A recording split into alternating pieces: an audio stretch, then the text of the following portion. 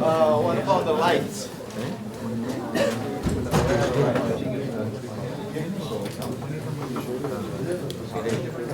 So where are we? Quicksort. Finish that one quick.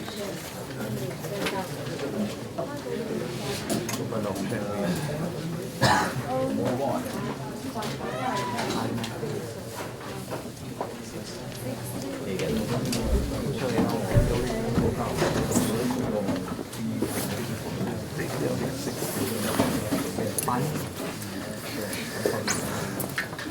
All right.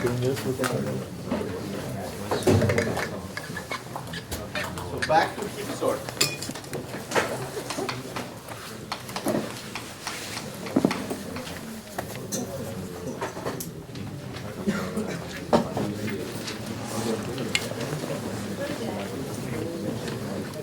We have an input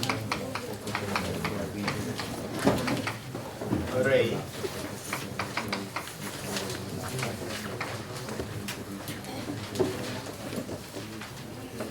Which we read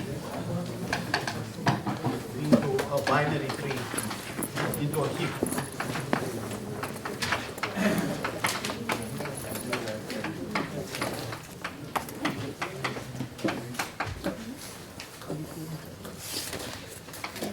In order, so in A order, filling up by level. Remember, so what happened? How do I do this? The first element goes to the top.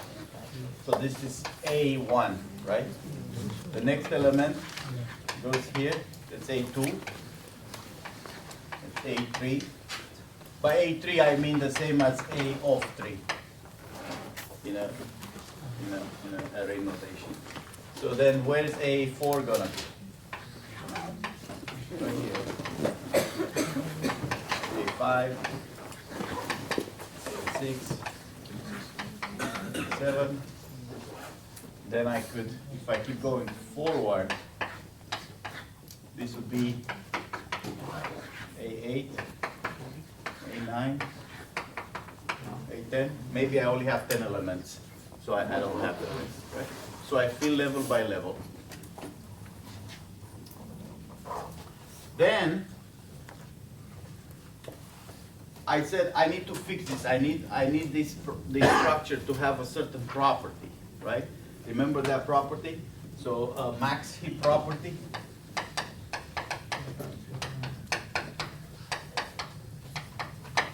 What was it?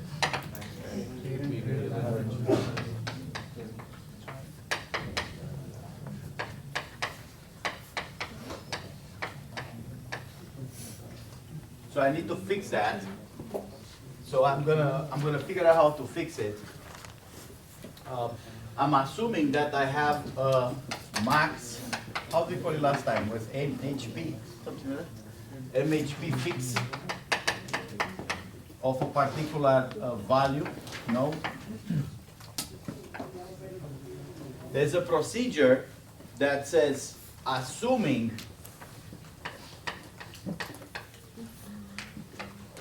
node subtrees have the MHP property, say, floats down the node value to correct phi. That is this procedure that says if you pick a node somewhere, assuming the left subtree has that property and the right subtree also have that property, what this does, it takes this value and floats it down to its correct spot. So that's something you should try to implement, but it's very easy, really undergraduate level, so you just to visualize in your head. What would you do, assuming these subtrees have the property? You take the value, you compare with the two children. If the value is bigger than both children, it's good. If it's not, you swap it with who? The bigger. And then you keep going. The trick in here is that if those sub-trees are having the Max-heap property, the only value we need to worry about in the correct spot is the node. Whenever we do swaps, we're going to rely on that assumption of Max-heap property that relative to each other, those values maintain that property. Every time I take a value that's bigger than its children, if I do a swap, I do a swap against who? This one. And the swap, anybody who gets swapped in what direction? Up. So if it was bigger than all the children, all the sub-3, then it's still going to be bigger than its sub-3. Right? So, again, this is making this assumption that the sub-trees are in relative order. Every time I do a swap, all the elements go up, which means they're going to maintain that property. Good. So now I'm going to fix here the entire heap to have the MHP property. So this fixes one node. That's in right here, MHP fix. But now I want, this could be a total mess right now, right? Because I just got the elements, read them in that order. I can't just say fix A1, because why can't I say that?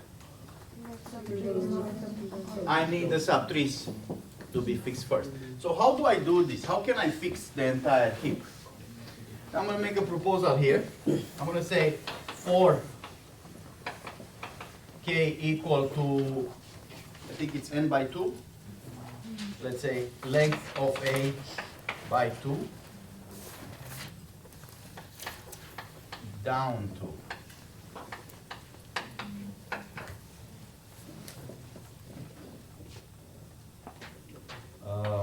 I'm going to say MHP fix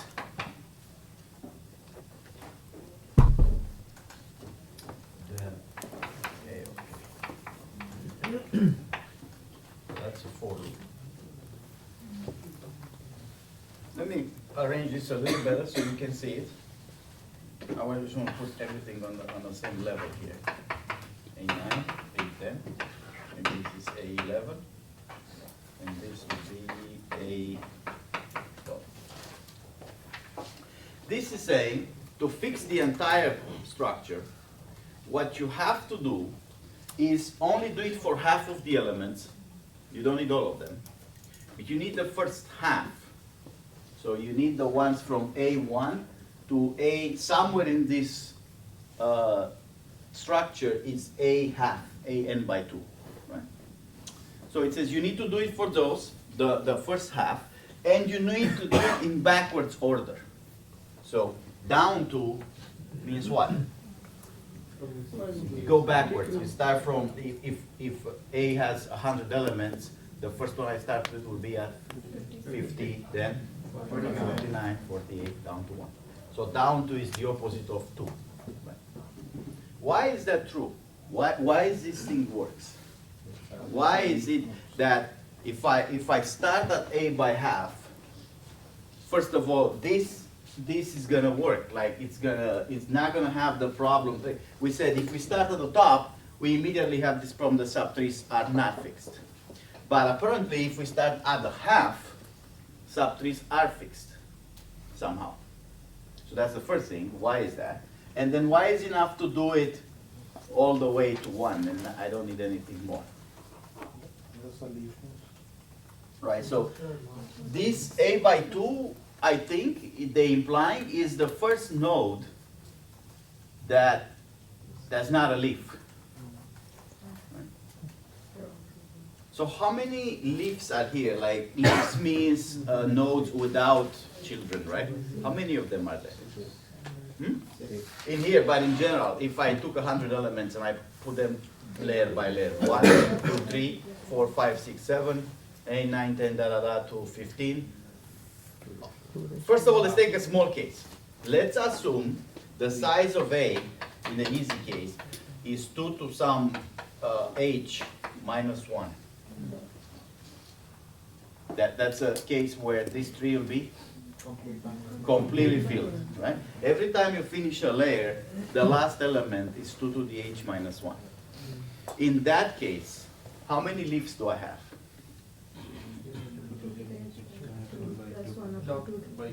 So in here is 2 to the 0, 2 to the 1, 2 to the 2. This is level 0, level 1, level 2, level 3.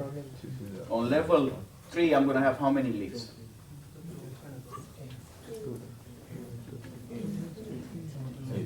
So how many leaves, if I have this, how many leaves are there? 2 to the h minus 1 leaves.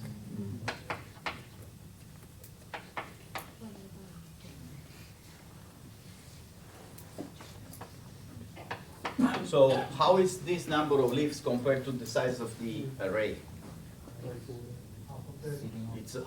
It's about half. Is it more than half or less than half? A little bit more, right? What? Double of this is what? 2 to the h, but I have 2 to the h minus 1. So at least in that case, things work out. In general, you should try to prove the following statement. If I do this, even though I don't fill the tree, anywhere I stop, in this case I stop at 12. How many leaves are here if I stop at 12? Is this a leaf? No. Is this a leaf?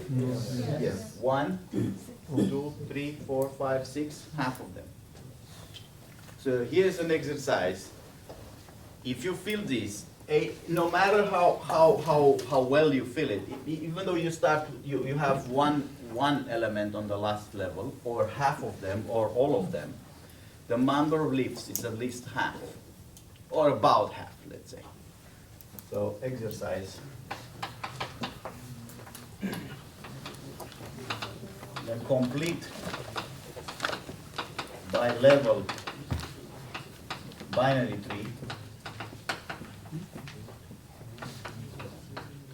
Number of leaves is at least half of the elements. Actually try to prove something stronger than half of the elements. It's a very easy thing. So that's why this is saying for the last half, why is it starting at half? Because the other half are all leaves. Leaves are having this property. For any leaf, the left subtree and right subtree do not exist. Therefore, I could say they have the MHP property, right? If I look at one element like A7 or A of 11, I don't have to worry about having the property. It does it. It's bigger than its children because there's no children. But then, what's the first one I should worry about here in this particular tree? A6. That's the first one I should worry about. Now I have the subtree fixed because there's no subtrees. So if I flow this, I'm fixing this position here. I don't mean the element, I mean the actual node, right? And then I move to A5, I fix it. And then what happens when I'm back to say A3? Subtrees have been fixed, right? So I can apply the property. Good. So this is the build part. And what did we say about the extraction part? So there is a loop here that says loop. You'll figure out how many times. We have to swap root with a leaf. Extract the leaf, which is now max into the output.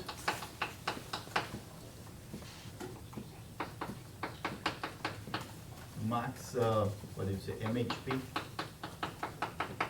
fix. So how does this work? The sorting part, once I have this, I'm swapping, now everything is fixed after the build part. The biggest element is here. So this is sorting in decreasing orders.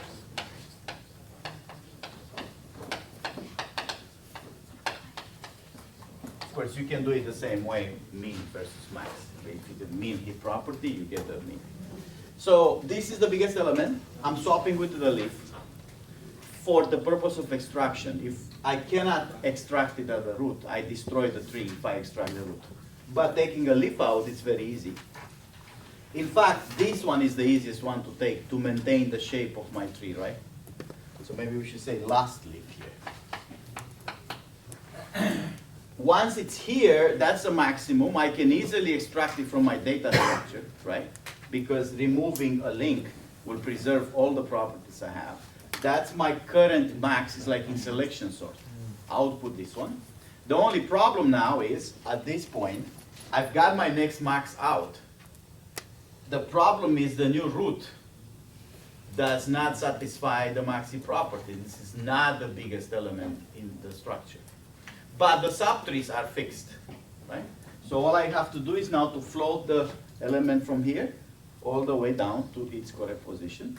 Then I'm back to next max and so on and so forth. How many people with me? Yes? So you said like you have to go from a by 2 to 1. Can you go from 1 to like a by 2 to n? No, because the first element needed to be fixed is A6. It's not necessary, right? Like it can be in any order of the array. Right, it can be A4, the first one, but not A2. Why not? Because the subtrees are not fixed. Remember, to fix But this. if I have A2 as like a single element, and like if I create A1, A2, A3, A5, A6, like just as simple nodes, and then I like. So every time we call this this fix, for any position, the subtrees have to have that property, which is the subtrees have to have the parents bigger than the children. Yeah, So but I could call it for A4, okay. if I want, A5 and A6. I could always start at the second layer in any order. But I could not start here because then these subtrees are not fixed. But it's not necessary that A7 to A12 is going to be like the least elements, right? So I put the array here in the order that I've read it. Oh, okay. So this A7 is not the seventh, it's not sorted or anything. I got an array, the first element is at the top, the second one A2 and A3, and I've got up to AN. Okay. AN in this case is 12, but it could be A100 or A1000, how many elements I have. Now my point is, leaves don't need to be fixed. The leaves are the last half. Right? That's the exercise here. Last half, it's all leaves. Now, out of all the leaves who have exactly one layer, I could fix those in any order I want, right? It doesn't have to start with A6. Can I start with A5? Yeah. But I think it's easier to just start from the back, so always guarantee the subtrees have been fixed. And you said like in the last lecture, if you want to replace the top element, you drag it down like Yeah. to the end. So I swap. Yeah. I don't drag it down. I swap A1 with A12. Swap means exchange, right? But is it like really needed? Can't you just like take it as a dummy node and like drag it down? Right, that's the fixed part. You're confusing the fix, this property here, which takes an element which is not the biggest and floats it to the right spot. Yeah, but then like there's no need to swap, right? Like you can take it as like negative infinity and then like drag it down. So if I want to extract the max, which is at the top, right? Now the array, is the tree is in good shape. How do I take this max out? So you replace it with negative infinity, and then you drag it the same way. Like, But then negative infinity is going to be part of my yeah, and then structure. you remove it at the end. I think that's the same as swapping. I don't Yeah, think- but like if you're swapping, you have to go till the end, then swap it, and then remove the last one, right? No, swap is a one-step operation. Takes those two values, exchange them. It's not floating. When I say swap or exchange, I mean just, It's One- just O of one, right? yeah, Oh. one-step operation that exchange the two things. By the way, we're gonna need this swap property. When I say swap two things, I don't mean to drag them until they intersect or they go around each other. I mean to just swap them. One of one operation, right? I think you can implement this in other ways, but this is not relevant how exactly it's implemented.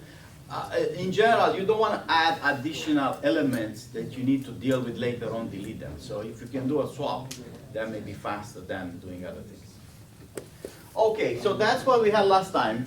How fast is this going to be? Inputting the array, reading, forming the tree, how long this is going to take? N. How long this is going to take? I have to do this max heap for n by 2. How long a max heap can take? Why? Height of this thing is guaranteed to be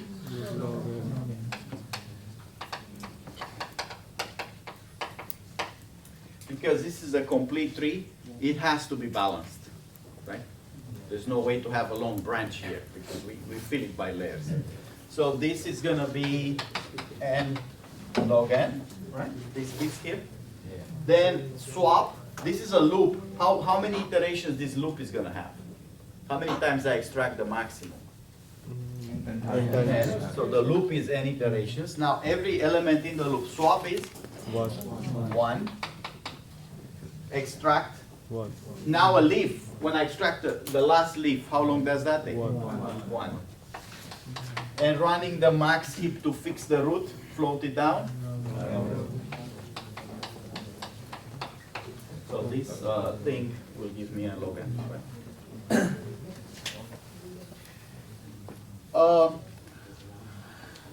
Now, how about the max heap? So I could think of max heap as a recursion. I didn't write the pseudocode here, you can find it in the book. What max heap does, there's the fix. So max heap fix here. Have the recursion T of n, it's smaller than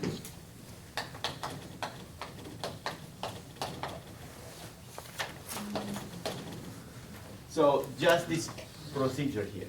Where did I come up with that recursion? This is obviously, this n is the node for the fix.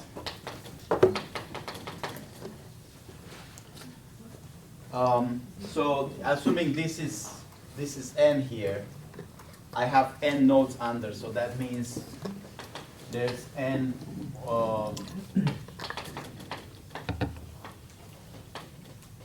under the fixed spot. Where's the recursion coming from?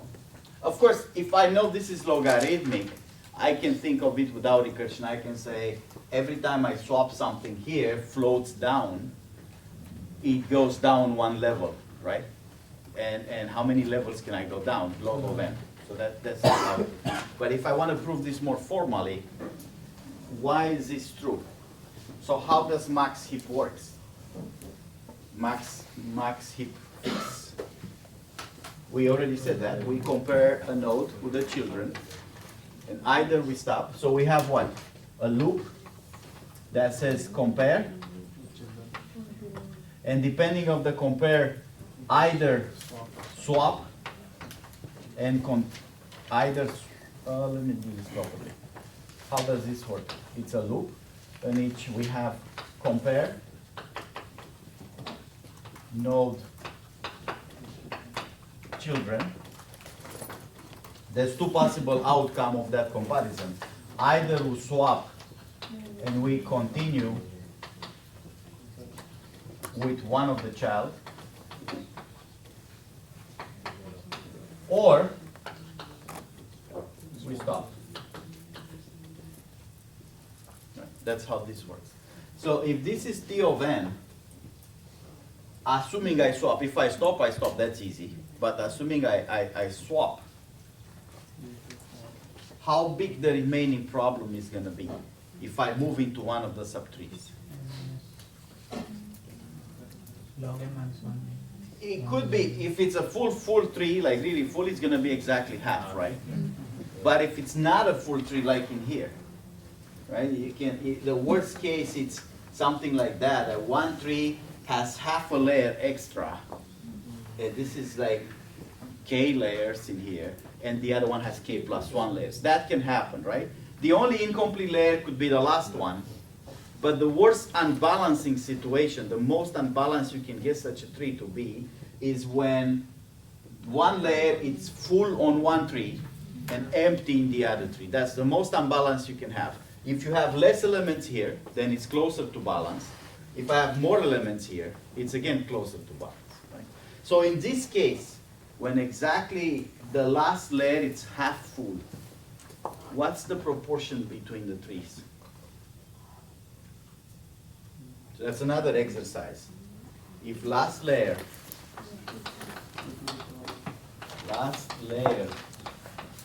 is half, exactly half, the size of the left subtree, right? That's the bigger one, the left one. It's double the size of the right subtree. You can think of this as how many elements are roughly in here, which is the same like in here, and the same like in here. I think each one of these is roughly 1/3 now. Like if I have this situation with the most unbalancing stuff, I think the number of elements except the last layer, right, will be the same and also equal with what I have in the last layer, because this is a full subtree. Just if you look at the left side, the last layer is full, it's half of the elements, right? In a full subtree, the last layer always contains half of the elements. So if this is equal with this because it's full, this equal to that, this is equal with this because the same, and they're roughly 1/3, 1/3, 1/3. That means now the full left subtree is twice the other one. So this is where this is coming from, these two. The maximum unbalance that you may have to go into is 2/3 of n. So this is the worst unbalanced situation. Anything that's not this, it's going to be better than that, right? This recurrence, the more you chop in half, the slower and it's going to be. The worst case, you can go in one subtree, which is 2/3, plus all 1. So now if I apply master theorem to solve this, what is A? B? C? 0. So you figure out what the answer is. Because now you know what's the theorem, right? Everybody's done homework 1? So we should figure out what I think it's log n.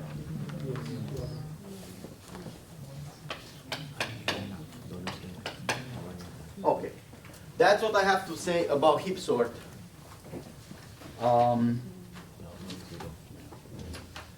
And the next thing we want to do here, before we move to, we have to talk about one big sorting procedure before we talk about some other stuff. We need to talk about Quicksort today. Your homework is about Quicksort. And this homework doesn't have enough days, but should be easy. I think most students finish it in 2 days or so.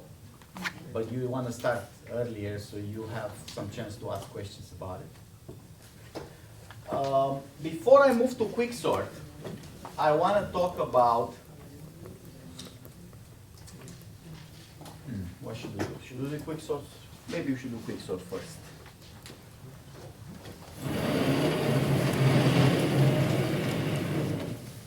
So Quicksort.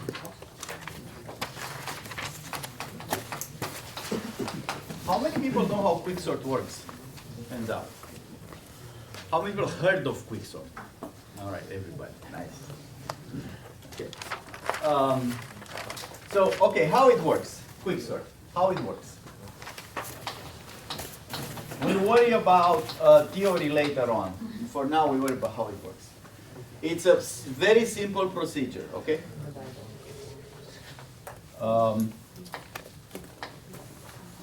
We're gonna call first a function called partition. So of course the input is an array A, right? Like always, I have an array. I want to sort it. That's what I want. We call partition. Partition has the property that it changes that array A in the following sense. So the elements are the same as a set. Just put them differently in the array, right? So here's what happens in partition. So I'm going to say this is the output of partition. After partition, I have a value here which was originally from the array. So this value V belongs into the array. It's not something invented. And there's a position P. Like before, I put values inside the box and indices, right? 1, 2, P minus 1, P, P plus 1, all the way to N on top. Partition does the following. V is in correct spot.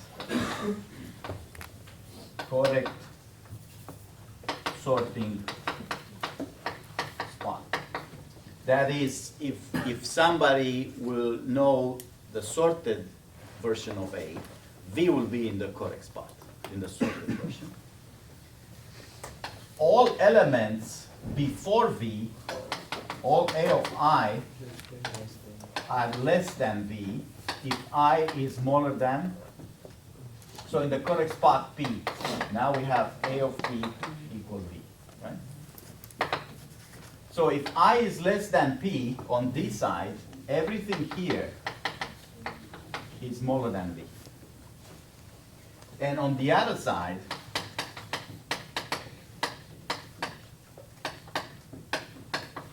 everything here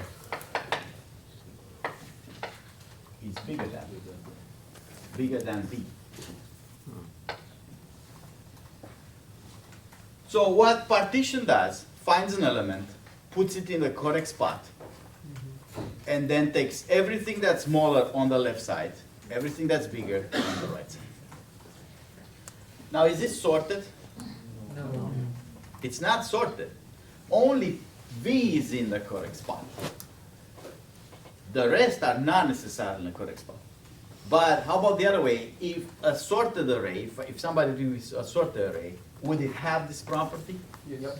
Obviously, yes. Right. So partition doesn't do sorting, if you want to call it sorting for that value V only, but it manages not just to put V in the correct spot. That would be easier than the partition job. Partition puts V in the correct spot, and also takes everybody less on one side, everybody bigger on the other side. Which is not sorting, but it's something, right? It's better than nothing, but it's not sorting. So, can we implement this function? I give you an array, and I either give you a value or ask you pick one at random. And your job is to do this. Put that value in the correct spot, move the small values on the left, and the bigger values than V on the right. Quiz, right now. Who can implement this? So we're not worried about sorting. We're worried about just doing this. Partition. So you have about 10 minutes to think about this before I get to it. How would you implement such a function? And how long it would take to do this? But then, suppose I have this function, partition. What am I going to do next? Suppose somehow magically I manage to implement this and I get it done. Now, what happened? I broke my problem into two independent subproblems. Independent because they don't depend to one another, right? These values on the left side have to be sorted among themselves. They won't depend at all on what happens on the right side. I could literally take two computers, tell one computer sort these values, and the other computer sort the other values. And don't talk to each other. And when they are sorted, I put it back together, right? So what I can do now is to call Quicksort on what? Left. on A from 1 to P minus 1. And independently,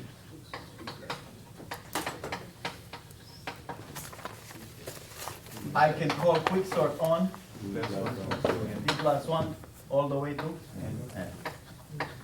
Now I'm going to put here in-depth, meaning what? Parallel, right? Those are written one after the other, but you could execute it together. This instruction here, this command, doesn't have to wait for this one to finish. Right? The important thing to know that even though you write in a certain way, it's one thing to say sequentially, I need this to happen after this, versus they could happen in the same time. Now, I want all of us to agree easily from undergraduate time that this is gonna sort the array. Can we agree on that? If V is really in the correct spot, smaller and bigger, I only need to deal with this problem and that problem, and assuming the quicksort finishes the job, assuming it sorts this thing somehow, and then it sorts those things, or in parallel, the whole thing will be sorted, right? I think that's easy to see. What we need to worry about for quicksort is how partition works. That's what I just asked you. And what's the running time? And what's the worst case? And things like that. So let's worry about the running time a little bit. What's the running time of this? This is a loop here, right? Sorry, this is not a loop. This is the procedure. What's the recurrence? Sorting T of n elements is the partition time. So let's write down runtime for partition. That's what you guys have to figure out. How long would that take? Now, if I have partition, I have to call quicksort, right? So that's the recurrence. This is how many elements? This is T of P minus 1, right? Plus this one is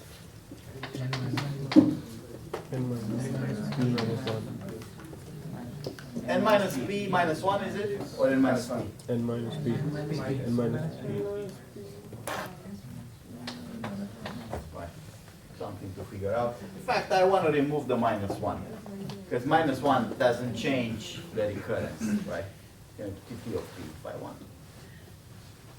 So this recurrence is a little funny. This P comes out of partition, right? So P and V are the output of this partition function. And typically, I don't give V. Partition can choose the V and P. Right? It's just some element that happens to be somewhere in the middle. Note that there's no requirement for this position P to be half. It would be nice somehow to find exactly the half, which we call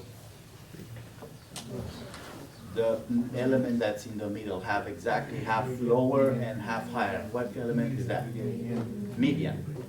So maybe you can be super smart and implement partition not just to do this, but to make P the median. I think that's hard. So partition does not require P to be a median. I've seen this recently as a mistake. Not in my section, in a different section, saying I call partition or some function, I get the property, and P is the middle of the array. I mean, if you can implement it that way, that's great, but you have to make sure it's correct. Generally, we're not requiring partition to output the median index. This P could be here, or it could be here, the position. Still has to have the property, the small size less than V. Okay, bigger size, right side is bigger than V. So what's the story here with this recursion? How, if we're to solve this, what's the worst case? What's the best case?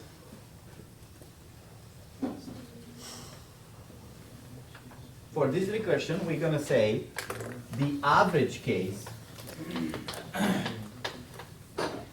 This is a speculation right now, something you're gonna have to prove.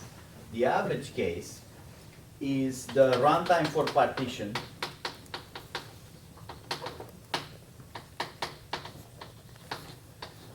plus we're gonna say here, P and N minus P, those are the sizes, left and right, are within a proportion of N.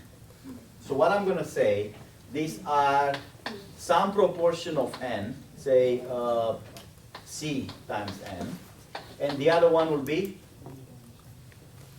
if C is 20%, how much is the other side? 1 minus C times N. Turns out this is also the best case. So on average, we want what does it mean a proportion? Like C is fixed here. C is a fixed proportion. For example, C could be 1%. That's fine, 1%. The important part is fixed. By fixed I mean, every time I do this, I call the partition. Note that partition is going to be called again and again and again because it's a recursive call, right? This being a procedure here. When I call Quicksort, I'm going to call a partition again. If God comes down to earth and promises me, every time you get a value and a P, a position, you're never going to get worse than 1% closer to the left side or the right, the extremes. So we're going to say at most that. We want some guarantee. Ideally, C should be in the middle, right, the P. That means how much is C if P is in the middle? 50-50. Okay, 50-50 is nice. But if we don't get 50-50, we want some sort of promise or guarantee that will never be too close to the extremes. So that guarantee can be any C, any percentage, like 1% is not in the 1%, not in the 1%, anywhere in between. Could be 0.1%. As long as it's not allowed to get arbitrarily close to the extremes. Okay? So on average, it will be easy to show that if you pick, say, a value at random in the array, you're very unlikely to get on these extremes, right? If you fix C at 1% or 0.5% or something like that. But that will be our worst case. Worst case, if I really put this value at an extreme all the time, I say all the time because this is called again and again and again. What will be my recurrence? P of n is the partition time plus 1 is one element, right? And the other one is n minus 1. Turns out that's the worst case. When these values V that come out of partition are always at the extremes. As long as you can promise a little bit of a percentage is at the extreme, say 1%, that V is not within the 1%, then that would be, can anybody, to solve this recurrence, of course, we need the running time of partition. Anybody figure that out yet, how to implement partition? I can try. So we can take a variable first. So A variable. Yeah. So in that variable, I'll be storing 0 as an index. That variable will help me to store the if I'm taking a value as k, which I need to partition with. So I'll take that k, and if the value is less than k, I'll use that variable to store that index. So there will be a variable which will start with 0. Then I'll be looping through the entire array, and I'll comparing if my a of I. Okay, let's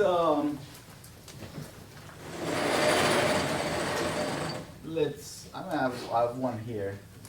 Here's a 2, 8, 7, 1, 3, 5, 6, 4. That's my array. I call partition on. Yeah. What do I do? And we need to partition based on which element?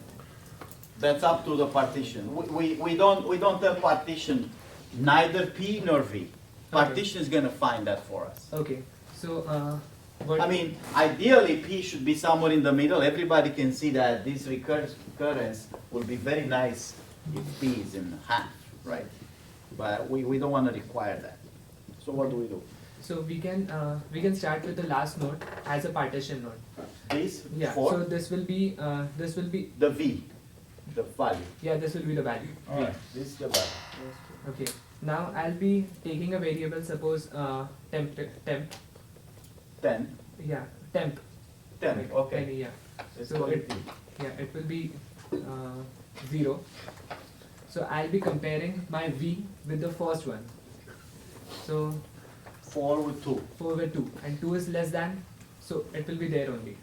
And my temporary variable will increase by value 1.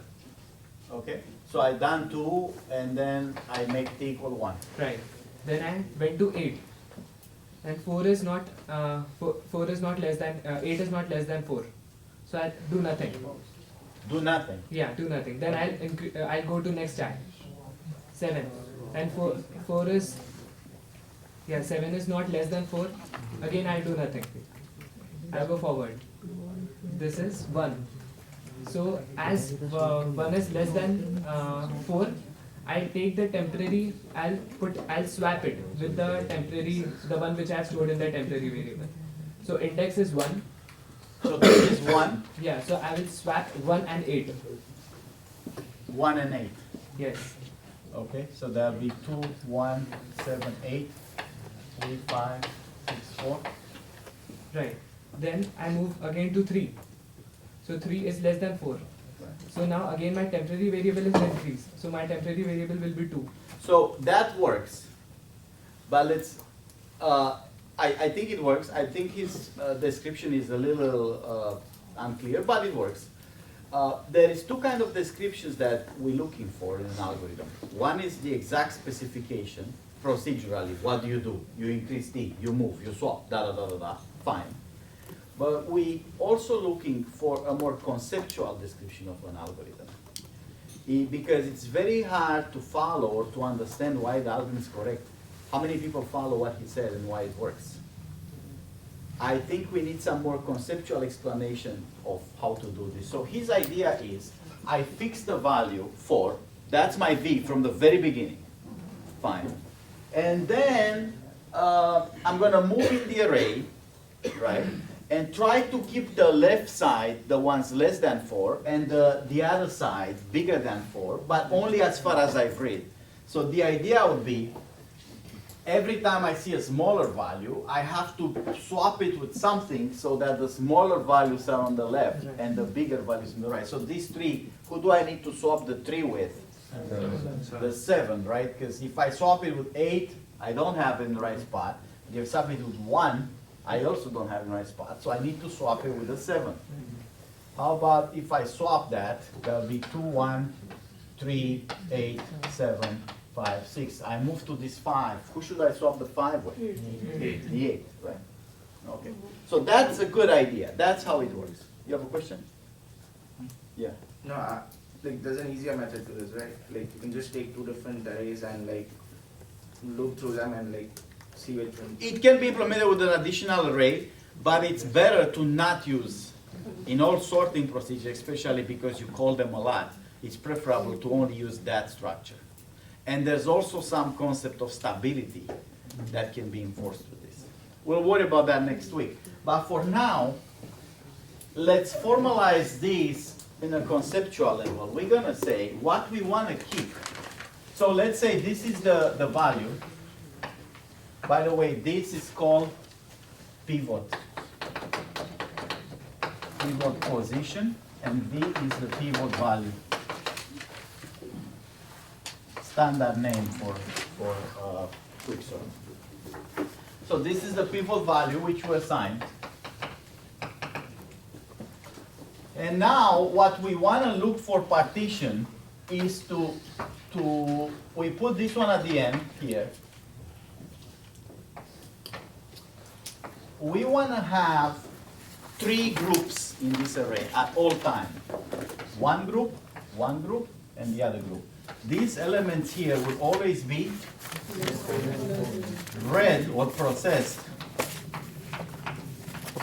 but less than 4. These will be processed more than 4, and this will be not processed yet. That's how we want to think of this. We want at all times to have 3 chunks. The smaller one, the bigger ones, and the one I haven't read yet. So you want to explain things this way. Isn't that an easier explanation than what he said? Right? Now, of course, it's not, the details are missing here. Right? How do I keep track of this bar? What is this bar? I need some sort of variable to keep track where this bar is. Right? Now, this bar is between positions. This is 1, 2, say up to, say, u. So I need to say the bar is right after u. Then in here is what? U plus 1, right? Up to, say, u plus v. And this bar is after u plus v element. And then the next one is u plus v plus 1 all the way to, this is n. So this is what? So how would this work? Who I need to keep track of, to manage these groups? What are my variables? U and V. Now in the books they're not called U and V, but they call I and J, but you get the idea, right? So what do I need to do here? What's my current element? Or next current element. When I read new element,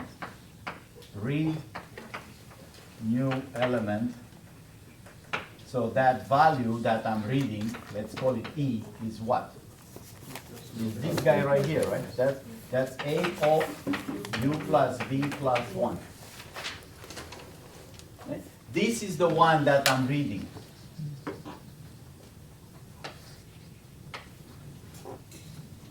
That's my next element. I'm assuming all this is less than the value, and all these are bigger than the value. In fact, we should be more strict. Let's not make them all less equal. Let's say equal goes on one side, bigger goes on the other side. Right? It will be exactly a partition to not be ambiguous. What happens? Who should I compare this E? If this E is bigger than V, what do? Do I need to swap it? No. All I need to extend this group over it, right, to include them in the bigger element. So how do I do that? How do I say, make this group bigger than 1?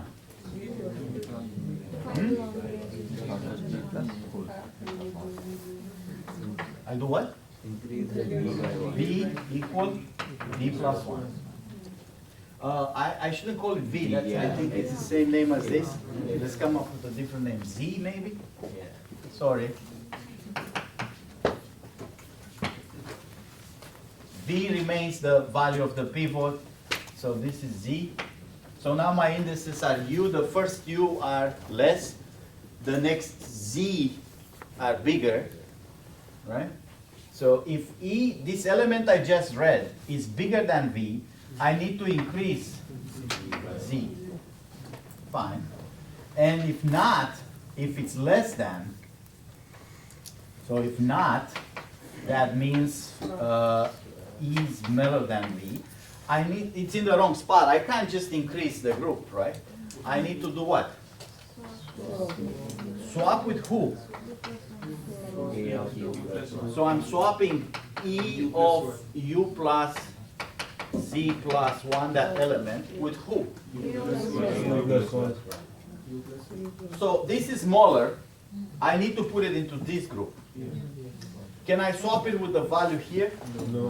Why not? It's already small. If I swap it with this value here, this will get in the correct group, but then this value gets into the woods.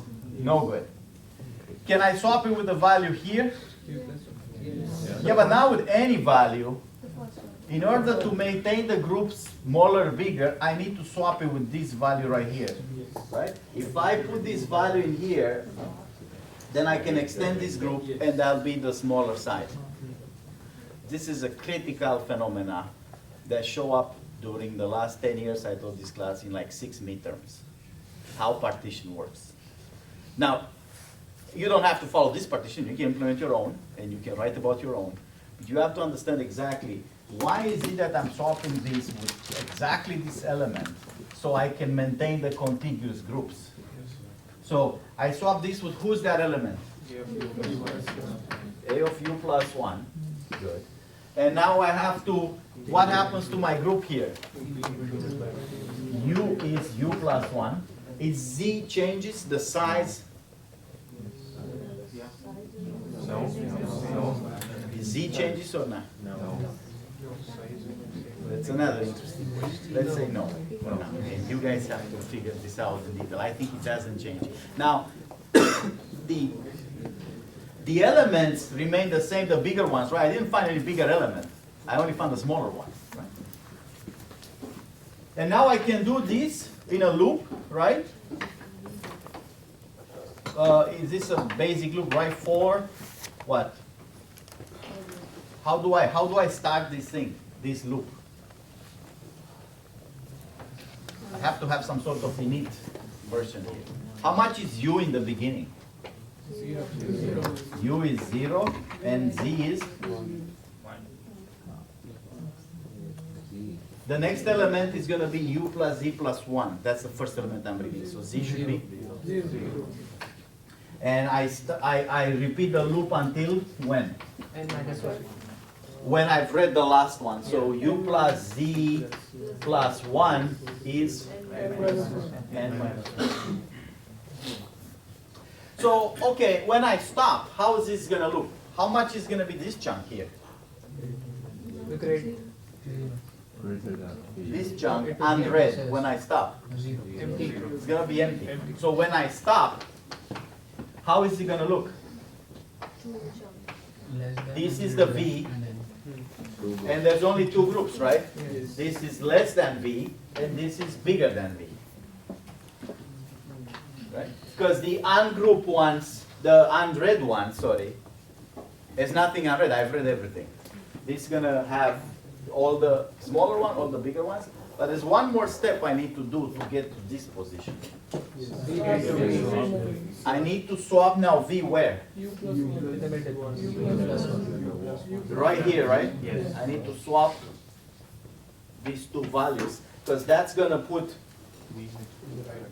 V value in the correct spot, and this value, which is bigger, is going to move on the right side, which is okay, it's valid. Right? So there's one more step. Swap who with who?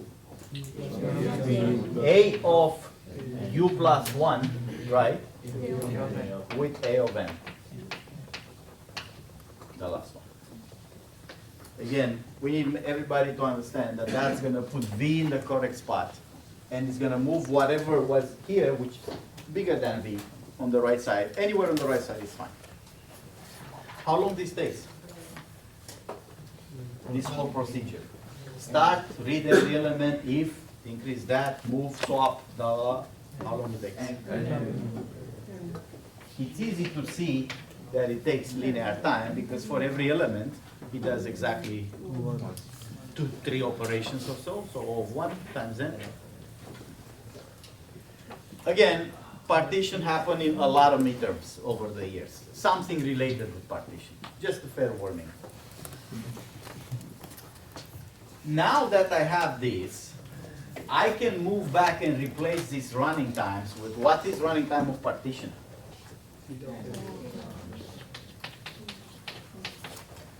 So in this situation, theta of n plus a proportion times the other proportion, how would this look? 20% of n plus 80% of n plus n. So can we use master theorem for these things? No. I told you guys something related. I say if you have O of n plus some b n, b1, b2, b3, up, when there's some sum less than 1, the whole thing is linear. When it sums less. Now, there's that version of the theorem, which I didn't tell you. What about when I have T of n is theta of n plus some parts n by b1 plus n by b2 plus n by bk. That's the same form like we said before. But now this 1 over b1 plus 1 over b2, the parts, bk sum exactly to 1. Not more, not less. That's our case here, right? The two parts, there's only two b's here, sum exactly to 1. Now if you run some 3 partition, instead of splitting in 2, you come up with a fancy version that splits in 3 or 4 or 5. With the 2 pivots or 3 pivots in between, and say, this chunk is less than this chunk, so it's still not sorted, but you say, I have, instead of this with 2 chunks left and right, maybe you split it with 2 pivots into 3 and say, I have the smallest group, the middle group, and the higher group. And you keep recursing on that. Then you're going to get 3 chunks in here in the recurrence, right? That won't help, by the way. Doing that way, doing it, splitting in 3 or 4 groups, it won't help you versus splitting in just 2. But what's the running time here?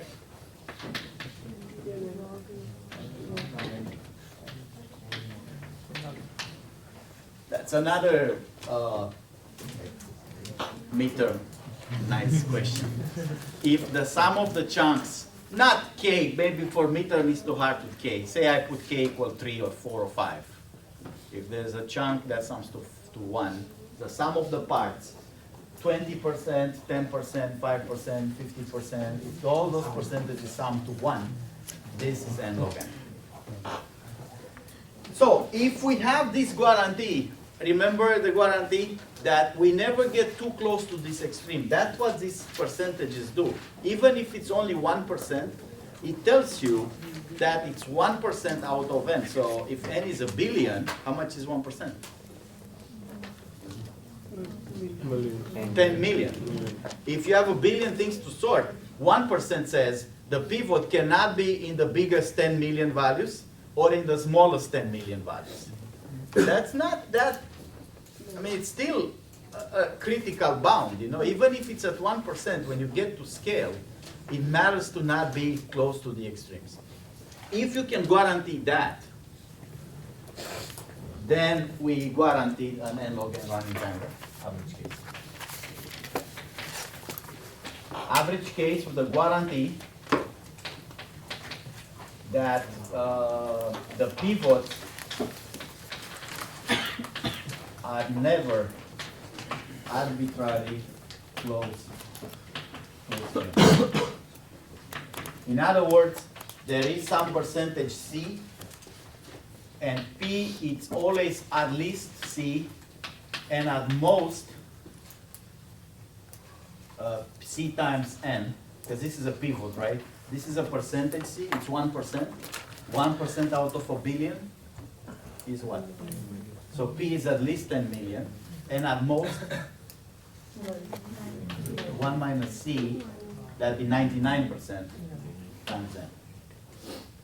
So as long as there is a C percentages, this is a percentage C that says the pivot position will always be at least that far away from the left side and at least that far away from the right side.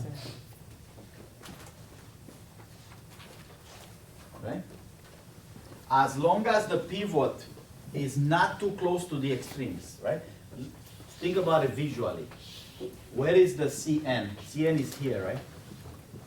It's that 1%, and this is 1 minus Cn. So as long as the pivot doesn't come, the position is not in here for the pivot, it's somewhere in the middle. Even though that middle is 98% of the whole array, we get n log n. What happens in the worst case when we get this recurrence? Let's replace this with the partition running time. What's the solution to that? That's another exercise for you. Maybe it's one of the recurrences in the homework, Yes. or in the next homework. Maybe it's in the homework 2, this one. This is gonna be? N squared. N squared has this property. Once you take n out, you reduce by 1 the problem. You take n minus 1 out, you're gonna reduce by 1. All right. So worst case, n squared. Average, best case, if you can make some guarantee about the c's. Nice n log n. Now, how do we fix this? I mean, sounds nice if you can have a guarantee, but in practice, you don't have a guarantee. Right? I mean, how do you enforce that there is a C, even 1% or 0.1%? You keep it very small. But how do you promise that every time when you call partition, that value that you get, it's not min or max? So back to this question of how do we pick this V? Or V and P are the same. If you pick a value, you're going to eventually put it in the right spot. If you pick a P like a median, you have to find the median and put that in the right spot. Typically, we pick the value, and it ends up, because our procedure here goes by a value V, eventually gets put in the proper spot. But I guess you can think of this as a find me an index first, median, find the median, put the median in the middle, and then, right, that will work. How do we find this V? Can you find a V that has this guarantee, that is never too close to the extremes? Can you choose 3 at random and pick the middle one? Is that guarantee that's not in the extreme? If I choose 3 at random, I have 1 billion web pages. I pick 3 at random. And he's saying 3, if you pick the median of the 3, you're less likely to be at the extremes. True. But it's guaranteed that if I pick 3 and the median of the 3, I'm not in the top 1% or bottom 1%? No. You have to pick that 1% and find the highest. You wanna, how do I pick the 1%? And the first 1% and then But I don't know who's in the first 1%, right? These values are not sorted. So there's 2 ideas here, how to deal with this. One idea is to enforce such P.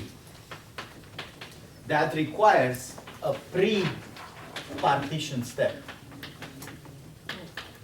You know, some sort of algorithm that finds me such a P, maybe related to these medians. I pick 3 of them, and maybe pick 7 of them, or maybe pick 11 or 25 or half of the billion, something, in order to ensure that the value V, in fact, I won't pick P. I will pick a V such that the corresponding P has the property. Is not extreme.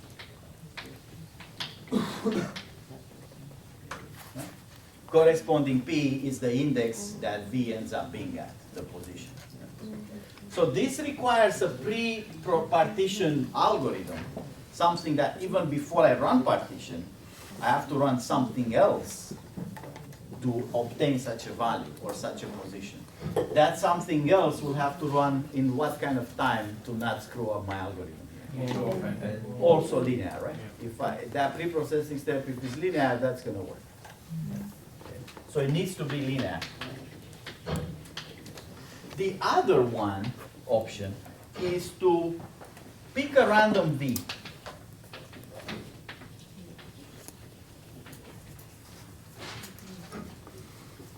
Not the last one. We pick the last one in here. If I pick a random V, how can I run this procedure? I mean, V is not the last one. Can I still run this procedure? Yeah. How? This whole procedure described here in detail, I think, initiated by him, and then I figured it out, right? Was assuming V is at the end, right? This procedure won't work if V is in here. Because it's always assuming V is at the end. So if I want to pick a random V, how can I still run this procedure? Put the V at the end first. Or even better, shuffle the array at first and keep the last value, right? If I shuffle the array first and I keep the V, I pick the last value, now the last value is a random value, right? So that's easy to do. I can still run this procedure, by initially shuffling or putting a random value at the end or something like this, right? Is this a guarantee that that V, that P related to V, will not be in the extremes? No. So this will have indeed a worst case of n squared. But on average, I really mean statistically, not, I don't mean to say common sense. I mean to say you need a mathematical proof. On average, it's going to be n log n. So we need a math proof for this. So I'm saying that if we pick a average V, you could get sometimes the extremes that you don't want. Either something very, very close to the left or very close to the right. But this procedure, if you sort a billion pages, it's going to run partition so many times, right? It's not just one run of partition. There's so many runs of partitions, right? And then the next day, you may sort again another billion pages if you're Google. Who knows, right? On average, I can get an average running time of n log n, even if occasionally I get a bad pivot, like at the extremes. So we need a mathematical proof that says that if you pick at random and you keep running quicksort many, many, many times, on average your running time is going to be n log n. Occasionally, some of these will be very bad. So it turns out this can be implemented. I can implement a pre-processing step to force V to never be extreme. That's possible. But it's not that useful. I mean, it's a theoretical exercise. Because in practice, everybody does this. Picks the V at random, or shuffle the array. Shuffling is better because it's not just the first V pick at random. Once I shuffle, all V's are going to be picked at random, right? Once I get to the left side, the right side, every time I pick the last element, it's going to be a random one because I shuffle the array to start with. How long does it take to shuffle an array? T1. Until. Not sure. A good midterm question, shuffle an array as fast as you can. How long would that take? We'll see. What I'm saying, shuffling enforces random V's all the time. And we can prove on average, even if you have some n squared cases, on average is n log n. So that's why everybody's using it, because sorting, very rarely, in theory we care about the worst case, but on average, if you're Google, you sorting so many things every day, on average n log n is good. Like you don't care about one in few sorts was n squared if on average you still get n log n, right? Because it's a matter of volume. Right? Good. So we're going to deal with such details next time. Like if you really want to enforce a V theoretically that you never, ever, it's bad, how do you do that? Versus if you're willing to take some occasional n squares running time, as long as on average you still n log n by volume, well, how do you prove that this procedure, which is very simple, random, shuffle, do that, and then get n log n. Now for that to still be n log n requires the shuffling time of the array to be at most n log n, right? If Quicksort runs its n log n time, and shuffle runs in no more than n log n, then it's fine. But if shuffling takes n squared alone, then I'm lost, right? So the question about shuffling, there's two questions. One is, can you do it in n log n to satisfy the quicksort? Because if it's n log n or faster, shuffling would add additional time to my quicksort. You guys with me, especially the back? Right. But can you do shuffling faster than n log n? Is that possible? That's a different question. Can I somehow shuffle an array faster than n log n time? And if you do, how random is it? I mean, I can take 3 values and move them. That's a shuffle, right? It's not that random because the rest of the values didn't move. So if I want to shuffle that, it's equally likely to produce any permutation of the array, as in it can really produce any shuffle option, any shuffle possibility. How fast can I do that? I don't know. Let's see. I don't want to talk about that now. It's an exercise. Must shuffle, is shuffle a one-time process? Or must it Right. be- Shuffle, we only need to do it once in the beginning. But once you have processed two subarrays, aren't they somehow increased in the, in an entropy That's a good increase? question. I think what he's asking is this. Suppose you shuffle it in the beginning. Fine. Now you've got yourself a random V that you move at the end to run your partition and you break it. But Quicksort is recursive. It's going to call more partitions, right? For example, it's going to call partition here, here, right? And then here. Yeah. Do I need to shuffle this part again? Like what he's saying, it is true that in the beginning you have a random value in here, right? Because shuffling gives random values everywhere. But the partition somehow makes it not random anymore, right? Like what if the partition somehow it makes the large value to be at the end, then it's not shuffled. And so I need to shuffle it again. Do I need to shuffle again, or can I just shuffle once and leave it be? Essentially, the specific question he asked, after the first partition and the second partition, I'm going to call Quicksort. He's going to say partition some small chunks in here, right? Can I say the last value on that chunk is random in the chunk? In the chunk, of course, these values are going to be bigger than these values, because that's how partition works. The question is, within this set, is this the last one kind of random because I shuffle it the first time, or it's not? I can't guarantee that. It may not be random.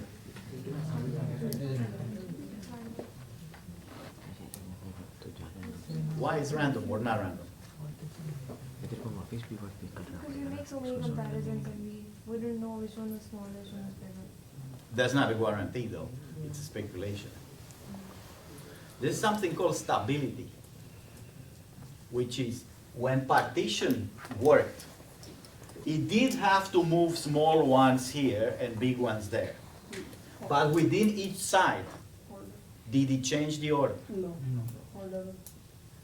So if I'm only looking at the right side or the left side, did partition somehow swap two elements that it didn't have to swap? No. No. That's a very important sorting property, stability. If you take a PhD course, a lot of the sorting things that you're going to talk about is how stable methods are. It's not just black or white. It's not like completely stable or completely unstable. There is a measure of stability. It's 20% stable versus 80% stable. Quicksort is 100% stable. It doesn't need to swap things that doesn't need to swap. It doesn't make unnecessary swaps, right?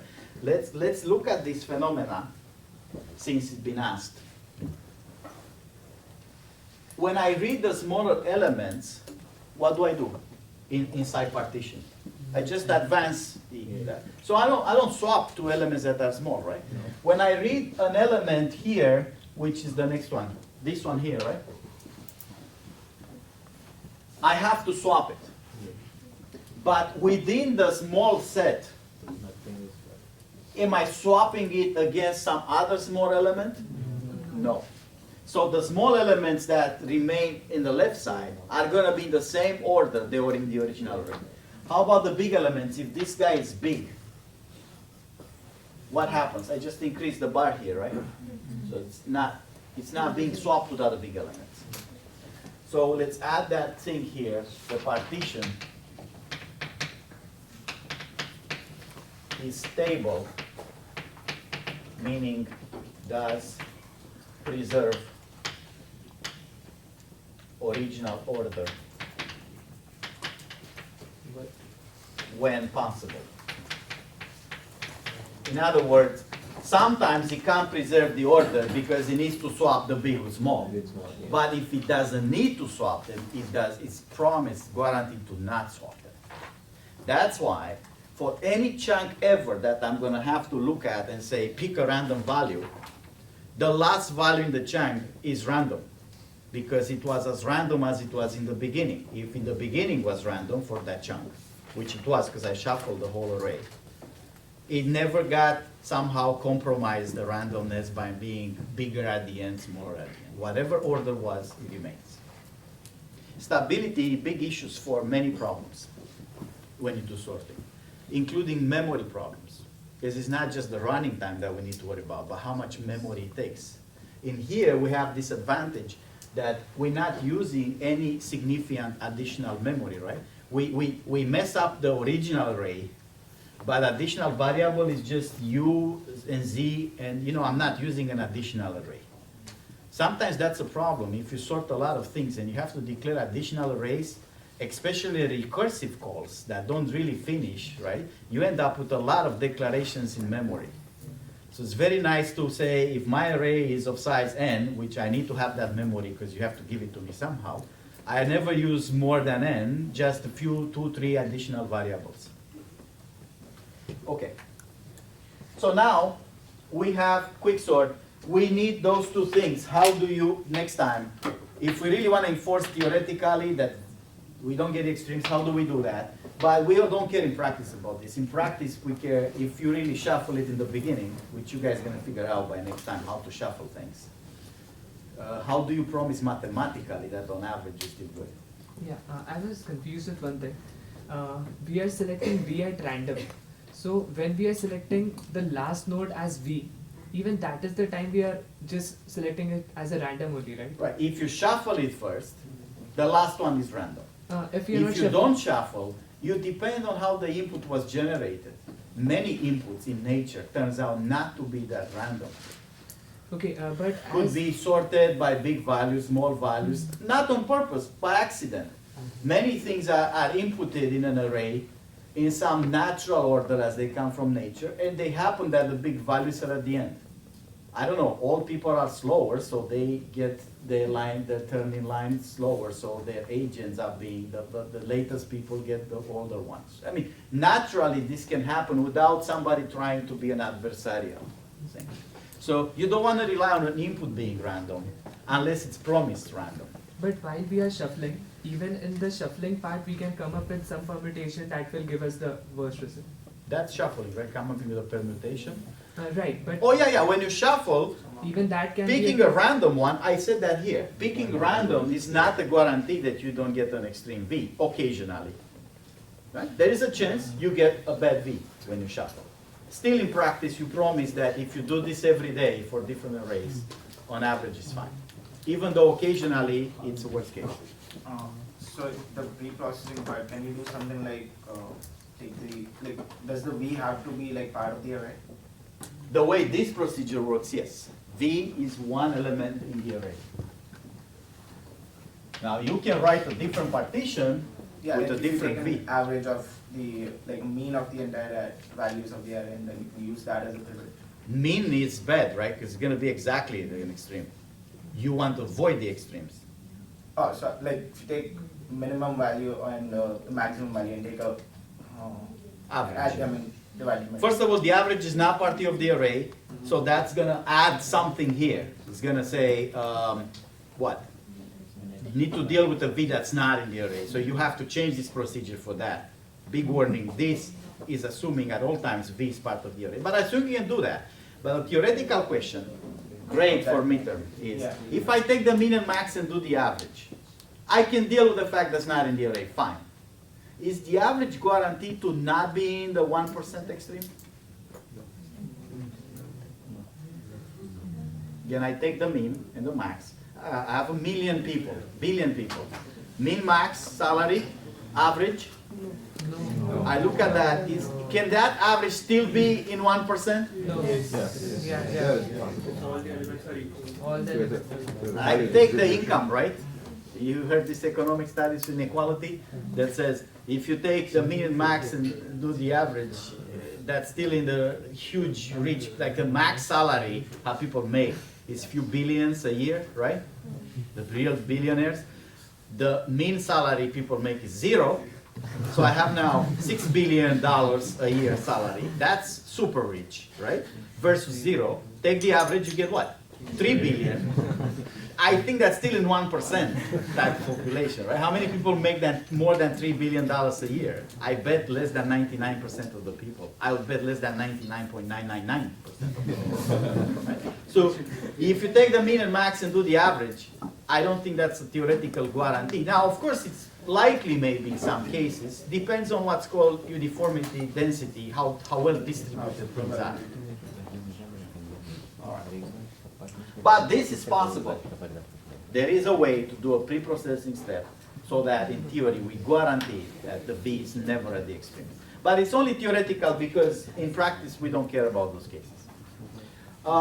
So now, what I want to do is a little bit of theory, and I wanted to do more. I don't think I can fit it in 10 minutes. But since we're here, let me throw up an idea that I'm going to talk about next Tuesday. Suppose I do not want to sort this array. I want to find the median. So I want to modify this whole quicksort partition thing. So quicksort, I hope it's clear, is two parts. A partition function, which is the whole complication of it. And then recursive call left and right. That's easy. Who's with me? Hands up so I can see them. Okay. Now suppose my task is to find the median. We all know what the median is? It's not the average. It's the element that if I am to sort, P will be, the position will be half. Now be careful with this, like with salaries, the median could be quite in some extreme in terms of the average, right? Okay, so suppose I want to find the median. How can I modify the partition and the quicksort, both of them, or some of them, to get the median? I don't want to sort the array. My job is to find the median. Somebody else. Yes? Take the n by 2 position for the array, then take the n by 2 element. But how do I find the n by? I mean, I can divide it. If n is a million, divide by 2, it's 500,000, right? Yeah. But how do I find this v? I mean, that's my job. Find the v that's in position 500,000. That's the median, right? That is the median. I don't know how to find it. That's my question. How do you find the median? Based on this structure. Somebody else? Yes. We will choose one and find the pivot. And if the pivot, So we run partition as it is. yes. And then I found partition, I'm in here. And if it is going to occupy the middle one, then that is Good, I'm done. He says, maybe I'm lucky. Run partition once. If the P ends up being exactly n by 2, bingo. If not, not, that's all right. if not, suppose this P is not n by 2, then what? If it is less than n by 2, then I have to worry only about the right side because it is going to be in the right. If it is going to be in the n by 2 plus area, then in the left. The only problem with that, I think that's a good idea. The thing is, it doesn't recurse that easily. If P is less than half, he knows the median is going to be on the right side. But it's not the median of the right side. Right? Like suppose I'm looking for the median, 500,000. I've got a P that's 490,000. I know I'm looking on the right, but how many elements are on the right? 520,000, right? Am I looking for the median of those 520,000 elements? No. I'm looking for the 20th thousand from the left, right? So we need to write the procedure that says, it's more general than finding a median. Find the kth element. It's called order statistics. And you compare the P with the k that you want. If it's that one, bingo, you're done. If P is less than k, what element I'm looking for here from the left? If I was looking for the k, and now I got P smaller than k, n by 2 minus p. I think I'm looking for k minus P. And if P is bigger than k, I'm looking on the left side for who? Which element? K. Yeah. So I can run the recursion, and the biggest difference is, do I need to recurse both left and right? No. So what's my recursion going to look like? Partition time plus either left or right, one of them. That has the potential of being not n log n, but maybe even faster than n log n. So that should give you a hint for how to do this. Because if I found something like median, or not necessarily median, but within the middle, in linear time, or faster, I can do this. Right? So we're going to talk about this median next time. But then again, even if we find median, we need to know the position of it to swap it to the last one, right? We don't need to swap. No, we don't. Just want to find it. Something to worry about, I think, next time. We talk about order statistics. What I want to point out, what Quicksort is fresh in our minds. If I don't want to sort by, I want to find the 10th or the 20th. Not all top 20, just the 20th value or the n by 2 value, which is the median. I could run partition, compare P with the index I'm looking for, the 10th, 20th, 50th, 500,000, whatever I want. If it's small, go to the right. If it's big, go to the left, and do it that way. You want to be challenged by Tuesday? What if I'm looking for two indexes, the 20th and the 60th? Now what? Or three indexes. What do I do? We'll talk about that next week.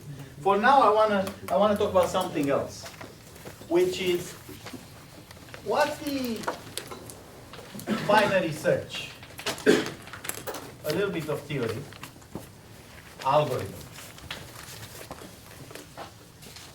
We're gonna call this lower bound.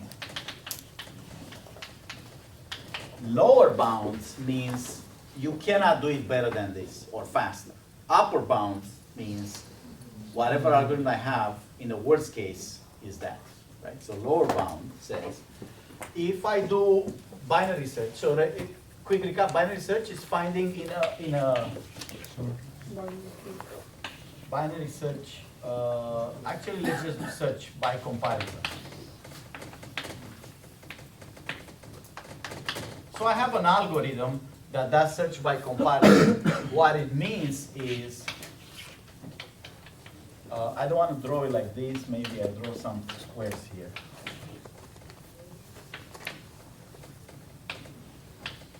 And we can call it by comparisons means making decisions. So here's how I want you to look at this.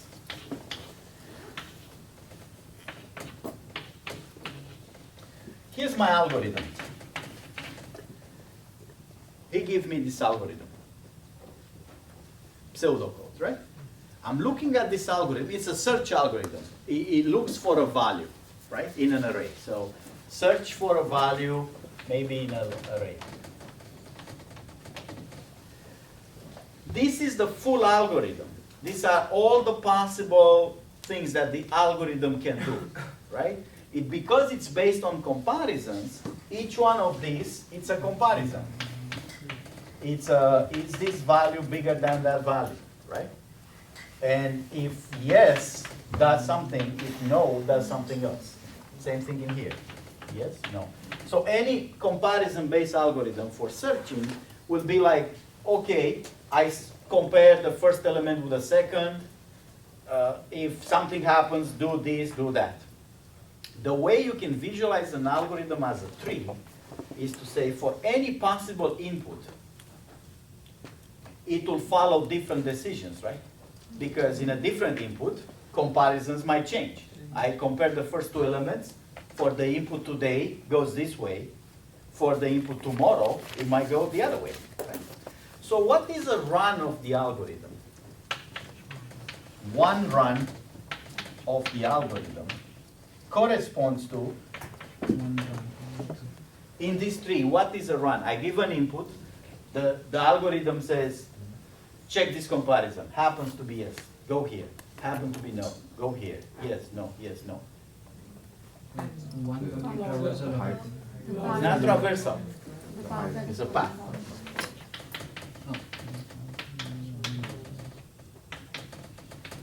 Let's call this tree representation.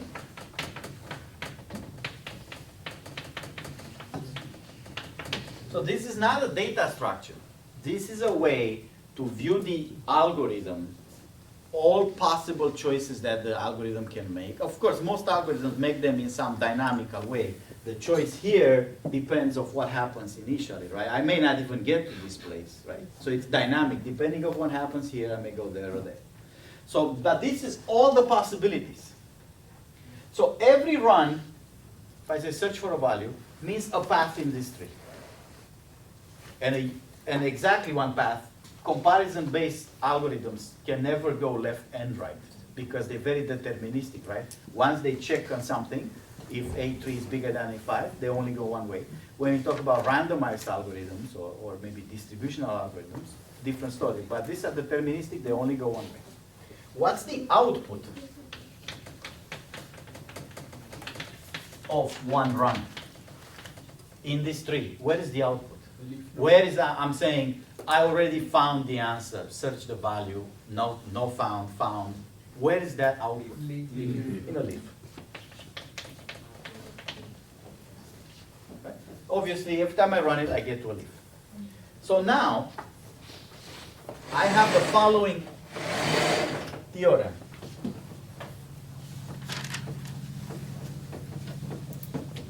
First of all, one more thing before I go to the theorem. What is the worst case?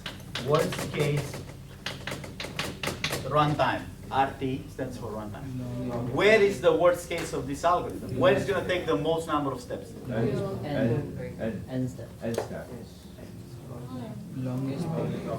Who knows if it's n? He created the algorithm. Can I look at this tree and figure out where is the worst case? Just from the tree.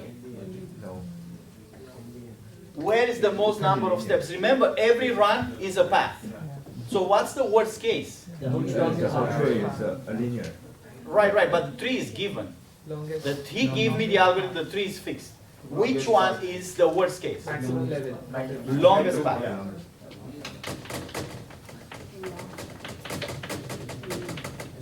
Can everybody see that? If the tree is given to me, because he is his algorithm, that's it. Which one is the worst possible input? The one that goes to the longest number of steps, which ends up being the longest path, which is of course the same as the depth. The depth means how many layers I have total in a tree. Hands up who's with me. The worst case is the longest path, which is the depth. Now the theorem.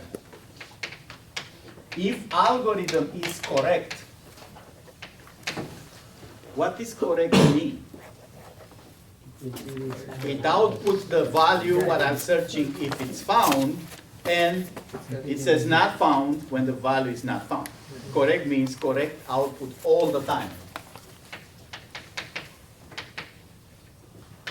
Then the depth of this tree must be at least log n. There is no way somebody can come up with any algorithm that's correct all the time and it doesn't have at least log n levels. How do I know this? Proof. How many leaves I need? If it's correct, the number of leaves is at least, how many possible outputs do I need to be correct? If I'm looking for values, different values, in an array of n things. So the input is of size n. I need at least n leaves, right? To be correct all the time, to be able to find every single value, I need at least n outputs. Because there could be that value, that value, that value, that value, depends what's being searched for. If I don't have n outputs, I can't be correct all the time. It means there is some input, some question, some search, which I cannot answer correctly. Because there's n possible correct outputs. If I don't have all of them, I can't do it, right? But if the number of leaves, this is easy. If the number of leaves is at least n, I want you guys to prove at home that any binary tree that has at least n leaves, the depth must be at least log of n. In order to create any binary tree with n leaves, the depth has to be log n. That's exercise.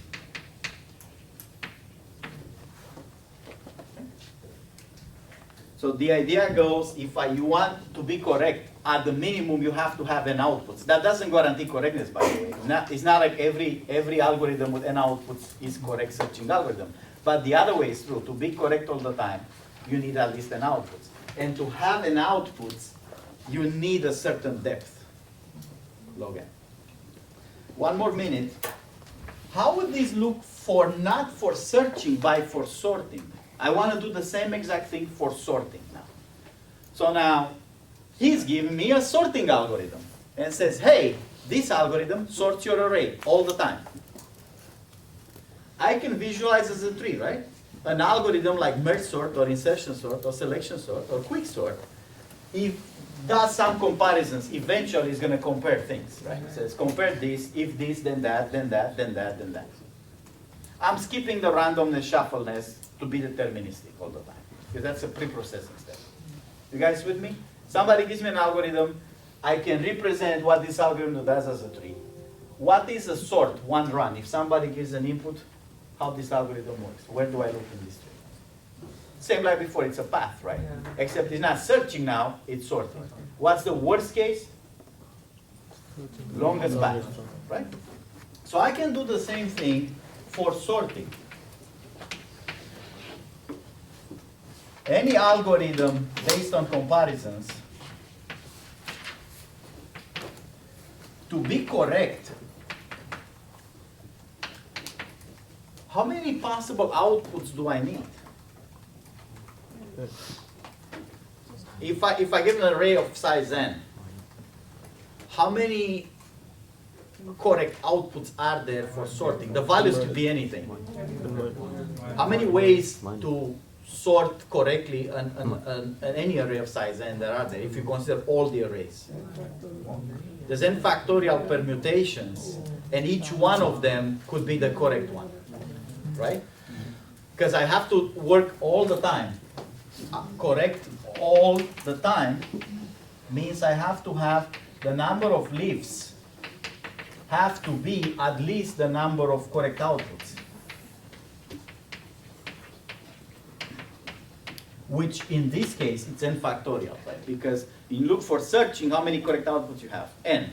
You may look for that value, but when you look for sorting, compared to the input order, there's n factorial possibilities that could be, each one of them could be the correct possibility. So then, the depth of the tree, is that corresponding to the worst case? Depth? We said the number of levels is the worst case. The depth has to be at least n log n. That's an exercise. Again, to show that if you want to have n factorial leaves in a tree, you need at least n log n levels. There's no way to build a tree based on comparisons that will have enough outputs, aka n factorial, unless you have at least n log n levels. Which tells us that all algorithms that work in n log n time, merge sort, for example, quicksort on average, selection sort, or what is it, insertion sort to proper data structures, if you get n log n, is the best you can do. Because no algorithm that's correct all the time can have less than n log n levels. We're going to talk a little bit about this proof next time. So there's a homework due next week. And I put both homeworks, there's two sorting homeworks. They're both available. Okay? If you finish one, you can start the next one. But you probably won't have the material for the second homework until next. In general, we try to have one homework a week, excluding maybe the spring break, or excluding midterm, or a week, or excluding some homeworks that are hard, but you'll have about 10, 11 homeworks, something like that for the term. You can push that down the camera. The button is on the, it's on your side. The red button.